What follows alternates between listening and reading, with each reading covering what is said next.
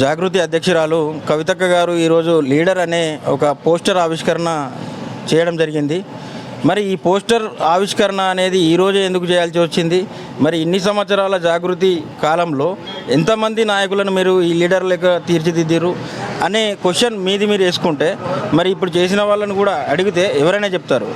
ఎందుకు అంటే ఇప్పుడు ఉన్నటువంటి పరిస్థితిలో కొత్త వాళ్ళని తీసుకొచ్చి స్టేజీల మీద కూర్చుండబెట్టి ఈరోజు కాంగ్రెస్ ప్రభుత్వాన్ని క్వశ్చన్ వేసే విధంగా మీరు లీడర్లుగా చేయాలనే ఉద్దేశంతో ఇలా మీరు చేస్తున్నటువంటి కార్యక్రమం. అసలు ముందుగా మీరు మీ దగ్గర పనిచేసినటువంటి వాళ్ళు, మీ జాగృతి సంస్థలో జాగృతి సంస్థ ఎదుగుదలకు కృషి చేసినటువంటి నాయకులందరూ, ఆ లీడర్లందరూ ఇప్పుడు ఎందుకు కనబడతలేరు? మరి వాళ్ళని ఎందుకు మీరు లీడర్లుగా తయారు చేయలేకపోయినారు? ఈరోజే ఈ లీడర్ అనే ప్రోగ్రామ్ని ఇప్పుడు జూలైలో మీరు చేస్తూ అంటున్నారు.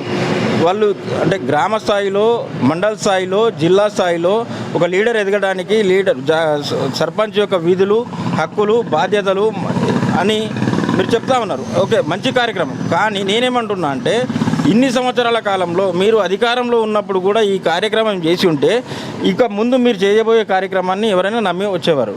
ఇప్పుడు మీకు అధికారం లేదని మీరు అసలు బీఆర్ఎస్ పార్టీలో ఉన్నారా లేకపోతే బయటికి వచ్చారా అన్నది సందిగ్ధంలో ఉన్నటువంటి పరిస్థితిలో ఈరోజు మీ కరపత్రం రిలీజ్ అయ్యే సమయానికి మీ పక్కన నిల్చున్నటువంటి వాళ్ళలో ఎవరున్నారు? కొంతమంది బీఆర్ఎస్ నాయకులు ఉన్నారు, బీఆర్ఎస్ కార్పొరేటర్గా చేసినటువంటి వాళ్ళు ఉన్నారు.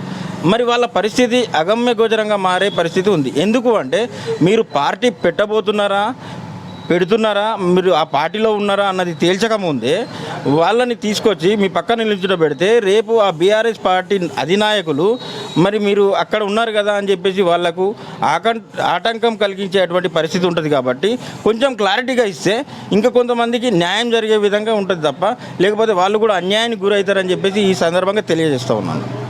కవిత గారు మొన్న కేసీఆర్ గారిని అరెస్ట్ చేసినప్పుడు ధర్నా కార్యక్రమానికి నిరసన చేశారు. మరి ఆ పార్టీలో ఉన్నట్టే కదా, మీరు లేనట్టు ఉంటారు.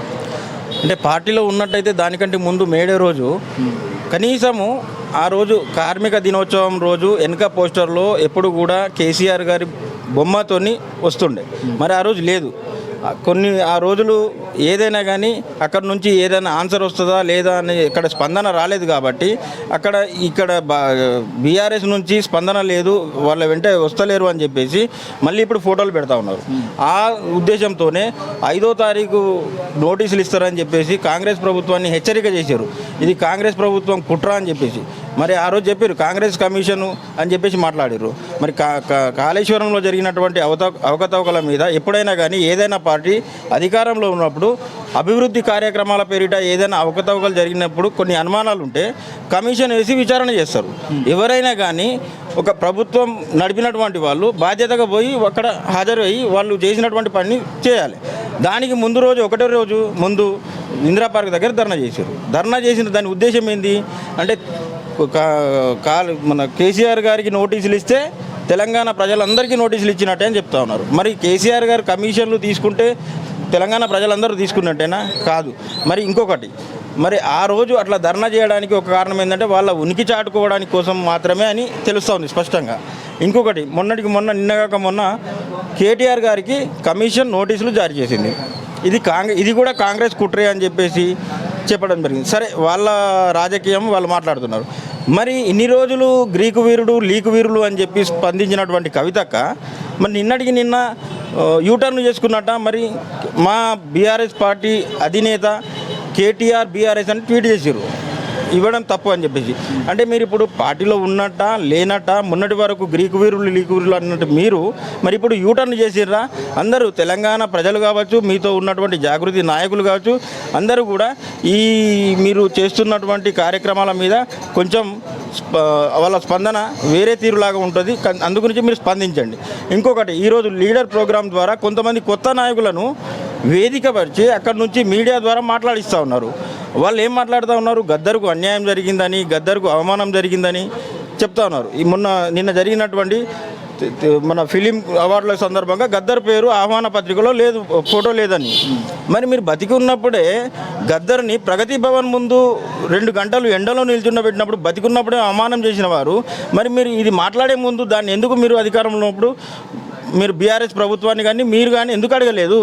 మీ నాన్న నన్ను ఎందుకు అడగలేదు అని చెప్తా ఉన్నాం. ఎందుకంటే ఒకవేళ మన వైపు చూపిస్తే ఎదుటివారి పైన చూపిస్తే మనకు 4 వేలు చూపిస్తారు. అందు గురించి అడిగే ముందు ఏదైనా కానీ ఇప్పుడు మీరు లీడర్ పేరు మీద ఏదైతే కొత్త నాయకులను తీసుకొచ్చి అడిగిస్తున్నారో, కాంగ్రెస్ ప్రభుత్వం మీద దుమ్మెత్తి పోసే విధంగా మీరు క్వశ్చన్లు వేస్తున్నారో దానికి మేము సమాధానం ధీటుగా చెప్పే సమాధానం మా దగ్గర ఉంది. మేము అడిగే ప్రశ్నలకు మీరు సమాధానం చెప్పే దమ్ము ధైర్యం ఉందా? ఓపెన్ ఛాలెంజ్ చెప్తా ఉన్నా. ఎందుకు అంటే ఇలాంటి అవాకులు చవాకులు పేల్చే మాత్రం ఖబర్దార్ నేను చెప్తా ఉన్నా. ఈరోజు ప్రెస్ మీట్లో కూర్చొని మాట్లాడిన వాళ్ళకి చెప్తా ఉన్నా, ఇంకొకసారి కాంగ్రెస్ ప్రభుత్వం మీద అడిగే ముందు మరి బీఆర్ఎస్ ప్రభుత్వంలో ఎమ్మెల్సీ కవిత గారు కానీ బీఆర్ఎస్ నాయకులు కానీ చేసినటువంటి ఆగడాల గురించి ఫస్ట్ అక్కడ క్వశ్చన్ వేయండి. ఆ తర్వాత మీరు మా దగ్గరికి రండి అని చెప్తా ఉన్నా.